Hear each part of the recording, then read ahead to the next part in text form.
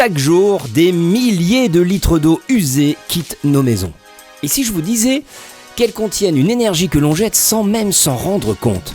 C'est précisément ce que cette entreprise québécoise veut récupérer. Oui, Regeno est une société qui vient du Québec. On fait la valorisation de la chaleur fatale dans les eaux usées d'un bâtiment, les eaux grises et les eaux noires. En fait, on a travaillé sur une innovation en amont qui est la séparation des solides et des liquides. On arrive à recueillir que le liquide des eaux usées pour pouvoir valoriser de manière plus efficace toute la chaleur contenue à même les eaux usées avant de les perdre dans les égouts des villes. En fait, on cherche bien sûr à réduire la dépense énergétique reliée à la production d'eau chaude dans un bâtiment.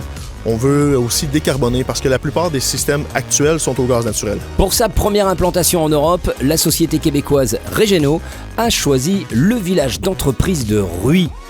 Mais avoir une innovation ne suffit pas, encore faut-il pouvoir la produire à grande échelle. Et c'est là qu'intervient Moventech, partenaire industriel de l'aventure. Nous avons fait cette association parce que c'est une complémentarité entre Regeno et Moventech. Regeno, d'un côté, a une technologie très intéressante et Moventech lui offre la possibilité de cette implantation en mettant à disposition son outil industriel afin que Regeno puisse faire assembler par Moventech et ensuite vendre son produit sur le sol français et européen. Regeno s'installe, mais surtout elle concrétise un accord signé en 2022 avec le Centre d'excellence en efficacité énergétique québécois. Un corridor économique s'est donc ouvert entre notre agglomération et le Québec. Aujourd'hui, il prend vie ici à Ruy.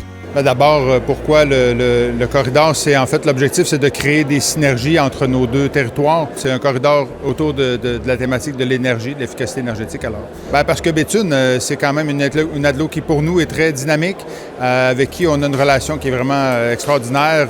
Les réponses sont rapides, on a des mises en relation pour nos entreprises sont très rapides, très efficaces et très concrètes.